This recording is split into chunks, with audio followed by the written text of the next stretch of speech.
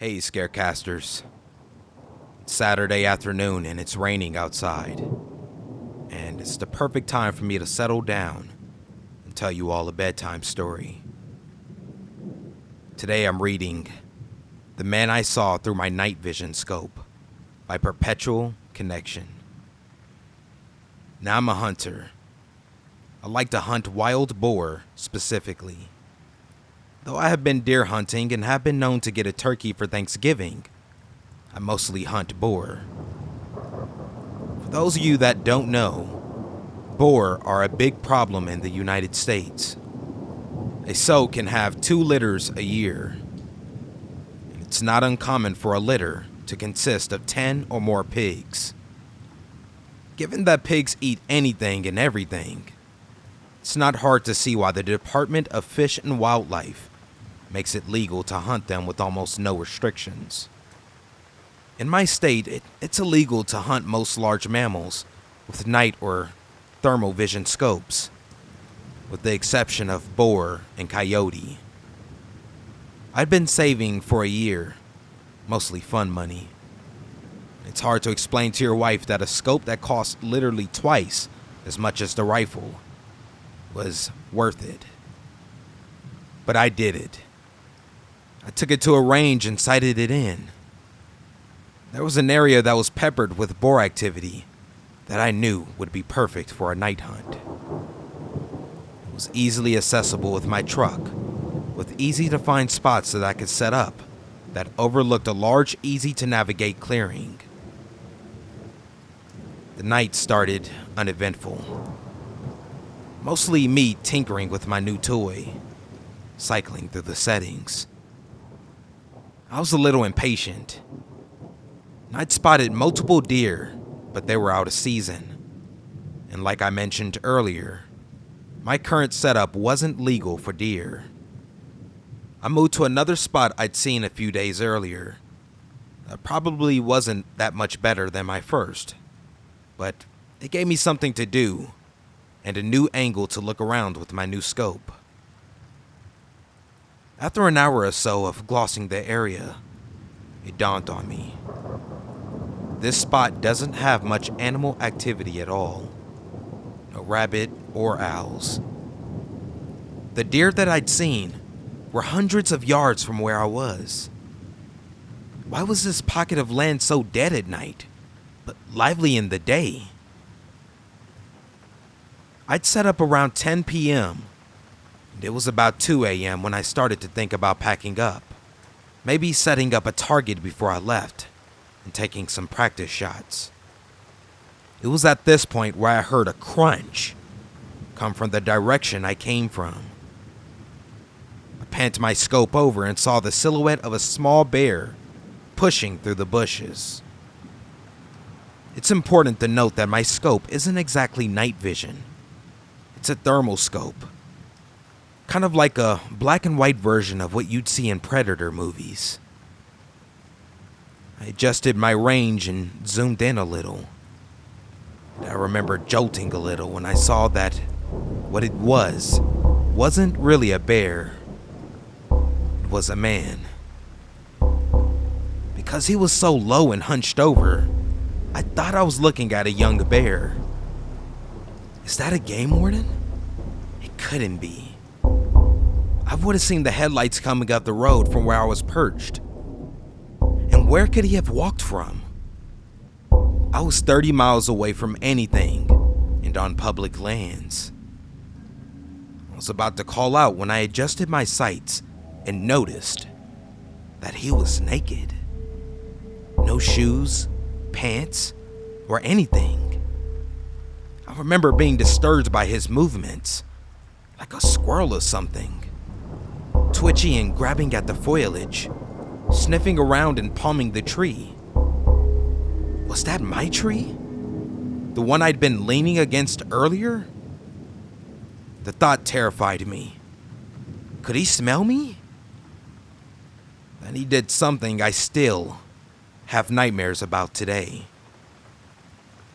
He squatted and placed his hands in the dirt between his feet and stared straight up like a dog mid-howl. And then I heard it. a voice coming from that direction. A very compelling female voice. "Help! I'm lost!" There was a long pause, but neither of us moved a muscle. The center of my sights was trained at the dirt in front of his feet. I couldn't bring myself to aim directly at another person. It went against everything I'd been taught about firearms. Were they lost? Was this some guy that just gone crazy out there? Why was his voice so feminine? "Help! Please! I can't walk!" the voice called out. That's when I called bullshit. Not only could he walk, when I first saw him, he was traversing the land with ease for a naked person. So good I mistook him for a bear. That's a fucking trap. This guy is trying to lure me to him with a damsel in distress routine. Luckily, the lack of activity before had caused me to pack up most of my gear.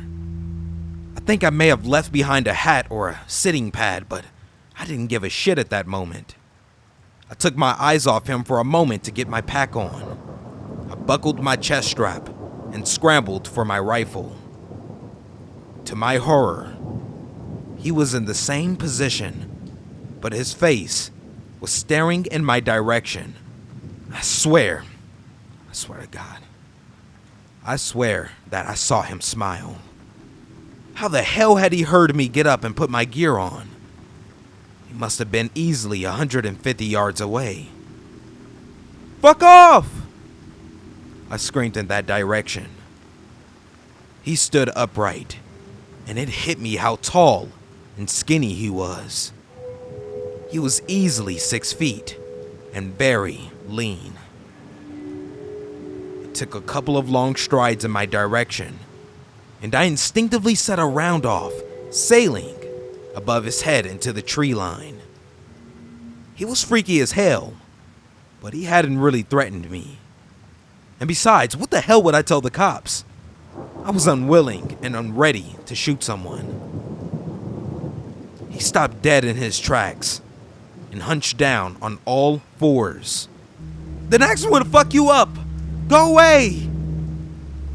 He stood on all fours, and this time, I had my sights trained on the center of him. His eyes were just above the grass like a large cat or something. I was trying to stop my trembling, and I knew that my voice had a little crack on my last warning.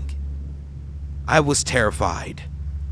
That standoff probably only lasted a minute or two, maybe less, but it felt like forever. In an instant, he bolted left towards the tree line opposite the road. So much for not being able to walk.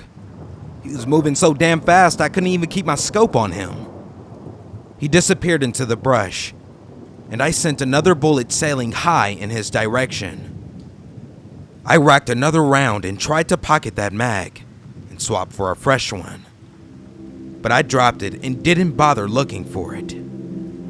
I wasn't far from my truck, and I wanted to get the hell out of there. As I approached my truck, I could hear him in the distance, yelling in this weird sound that could have been a laugh or a cry. I scrambled up the trail and arrived at my truck breathless. I tossed my gear in the cab, but kept the rifle in my passenger seat and sped off. For the longest time, I told that story from the perspective of having spotted some deranged crackhead living off the land like some kind of caveman. I reported it to the Fish and Game, but all they did was scold me for hunting at night alone, and I never received an update. It wasn't until I told this story at a camping trip that my nephew told me about wendigos, rakes, and skinwalkers. My story scared the piss out of him because the spot we were camping was technically the same forest I seen the bastard, just 50 miles east of it. He was so spooked that his mom / my cousin had to come pick him up and take him home. and she was really pissed. I've definitely gone down the rabbit hole telling this scary story. I'm not saying that what I saw was a Wendigo or a skinwalker. I'm saying that if such a thing exists, I may have dodged quite the bullet that night. Or maybe it was just a tweaker being Donnie Thornberry in the middle of the night. Either way, I thought I'd share this story. Believe if you like. These are events that I believe were true, as I recall. And no, I'm not some scary story writer. Thanks for listening, Scarecasters. That was a hell of a scary story. I would love to know what you thought about that story. Was it a Wendigo? Was it a skinwalker? Let me know what you think in the Discord in the description of this episode or video. Also, if you're watching on YouTube, give this video a like and comment what you thought as well. As always, be safe out there. And until next time, peace.